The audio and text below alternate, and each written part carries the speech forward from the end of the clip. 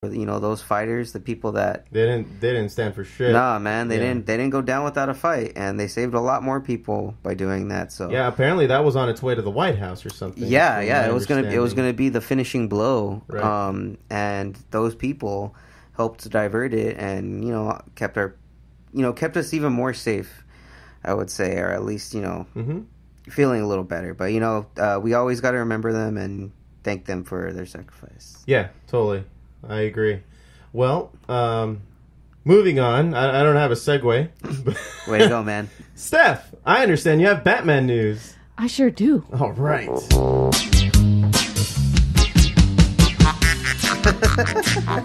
right, what do you got for us, Steph? Saturday, September 15th is Batman Day. Tomorrow. Right. If you're listening to this on Friday, yes. That's right. So some of the local comic shops will have some Batman events. One in particular is Roman's Bookstore in Pasadena. Mm-hmm. Jim Lee will be signing, and I believe the tickets just sold out this afternoon. Where at? Roman's Bookstore in Pasadena. So they are selling their metal series, Batman metal series. You had to purchase a copy of that in order to obtain a ticket for the signing. And with one of the purchases of the required books, you get to have 2 extra items signed. So, nice. Was this something you were trying to send us to? Yes, she was. Oh, right. Why can't you go? Do you have to work? I do have to work. Like a sucker. Yeah, I know. I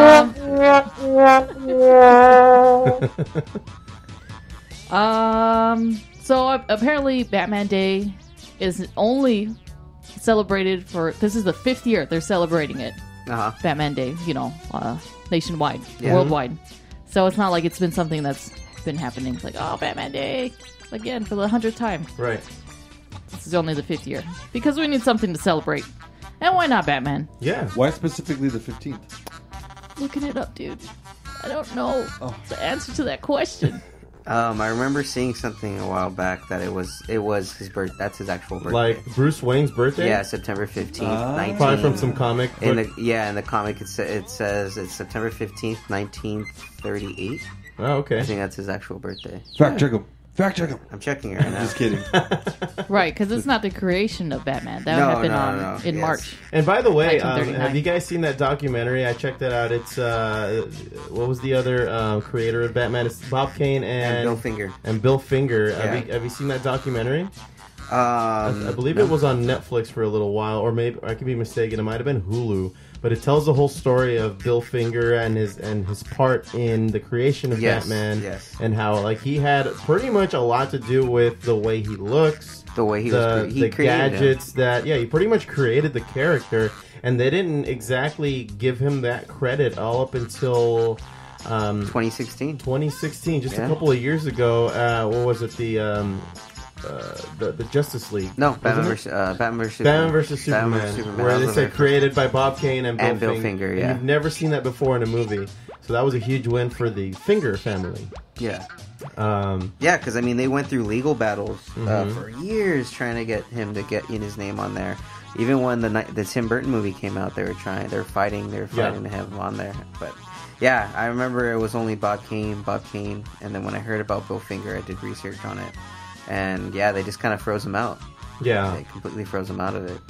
Which sucked. And apparently, he passed away a poor man. He didn't really have anything to give his, the next generation of kids and shit like that.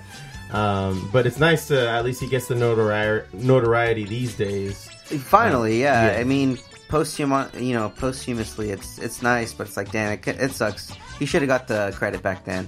But, some fact checks, Batman's birthday is actually April 7th, 1915. Okay.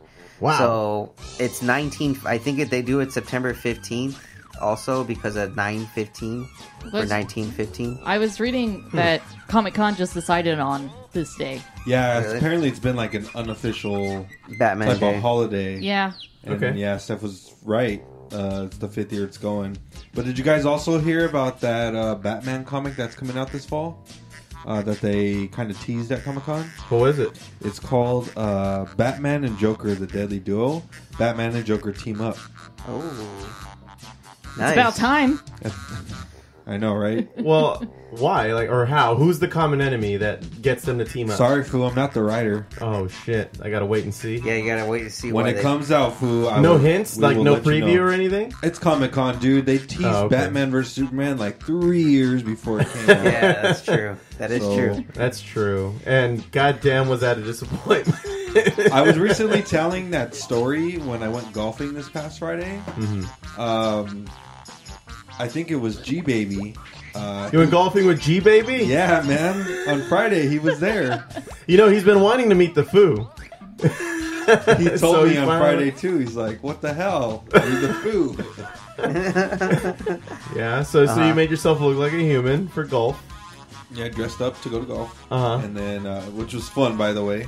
Very fun. Uh-huh. You did all 18 holes? All 18. Nice. I took one hole off to enjoy myself. Right. Okay. We were pretty trashed. Is that code? is that code for something? Don't read into it. Don't read into it. Yeah, we're really fucking trashed. We were really fucking trashed. Uh-huh. And he was saying something about one of the DC movies that recently came out, which he thought was. He said he got super deflated about it, and I'm like, oh, dude, all 4 of us saw it. And we went to a bar after, and we were just sad for like an hour. We looked like a bunch of sad. We're all disheveled, man. We're all disheveled. So it was really funny to hear that he had that reaction to that movie too. A lot of people had that reaction to it, man. I was like, I don't. It drove us to drink. Yeah. We're like, dude, we need to get our spirits back up because we thought we were gonna walk out there like, feeling all upbeat and everything. Like, dude, like I had an edible before. I had a beer. Like, I thought, yeah, dude, I was faded. This is going to be great. And then I looked at him like, what is happening right now? Why is it? Why any of it? I'm just like... I remember whenever it was like another 9/11 all over again. Oh, dude, whoa. Hey. Whoa. Dial that back. No. It was... No. I remember the time where I saw Batman vs. Superman, and I get out of my chair and I'm like, am I the only one thinking this? Am I the only one who thinks that this shit sucked? And then you guys corroborated it. Yeah, it was terrible. Dude, I don't understand. I don't understand. But more on that, the comic day. Right. You mentioned one of the Batman novels that are going to be available, Metal, DC Metal. Mm-hmm. I read that series, all the way, and that series was insane because it was very, like, metal themed.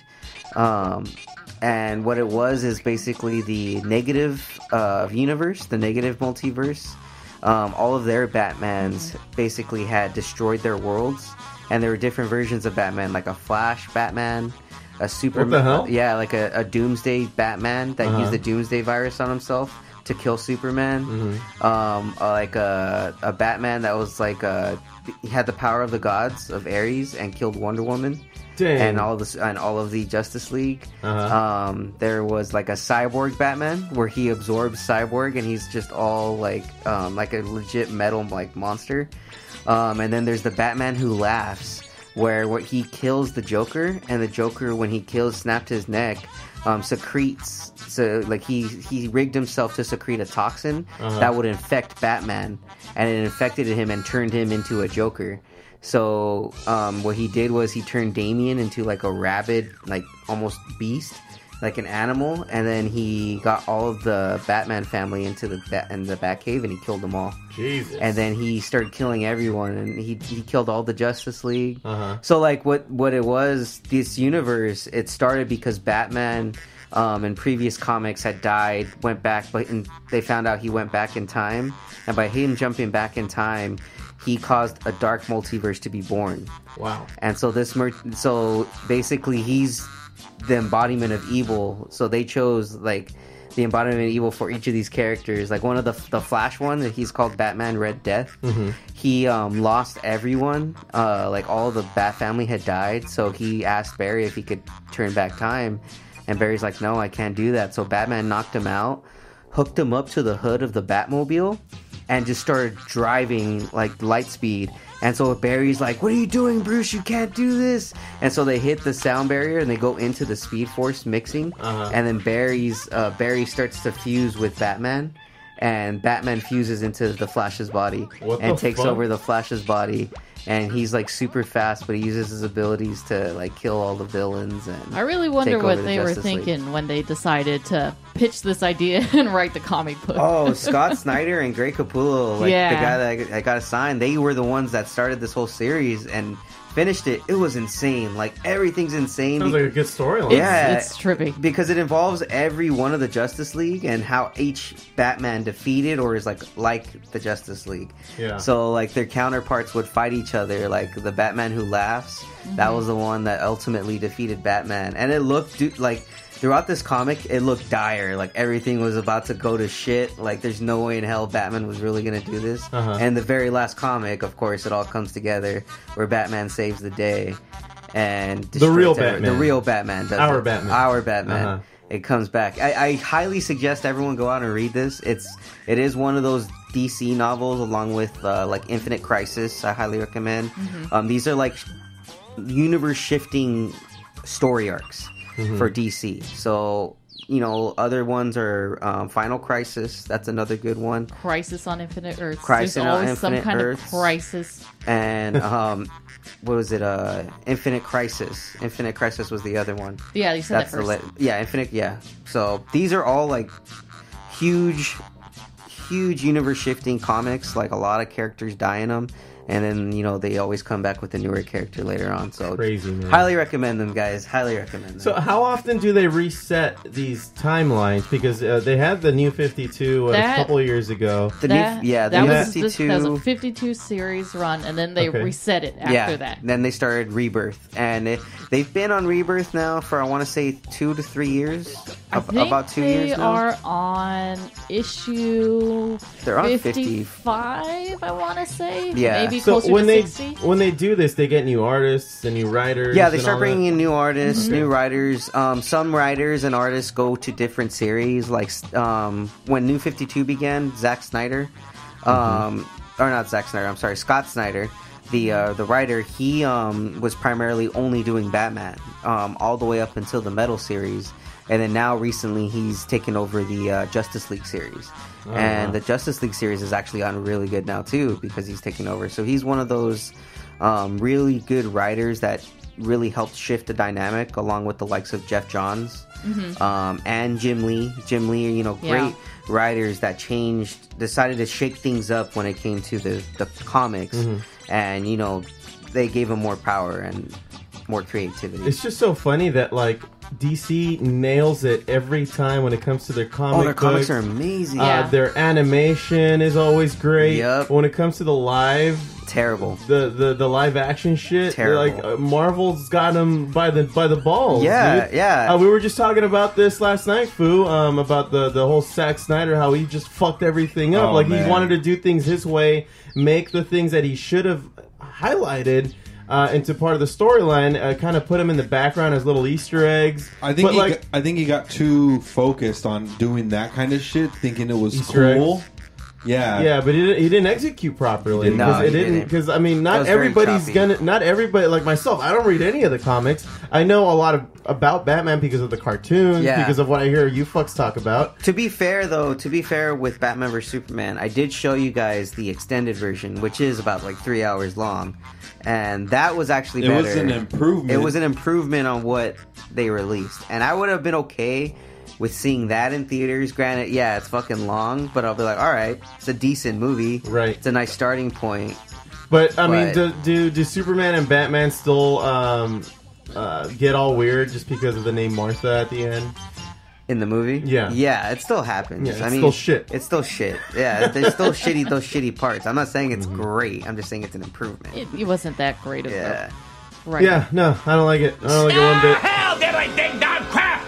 Anyway, something to look forward to for next Batman Day next year. Batman turns 80. Woo! Oh, shit. And Detective Comics will release its 1000th issue. Damn, I gotta get that.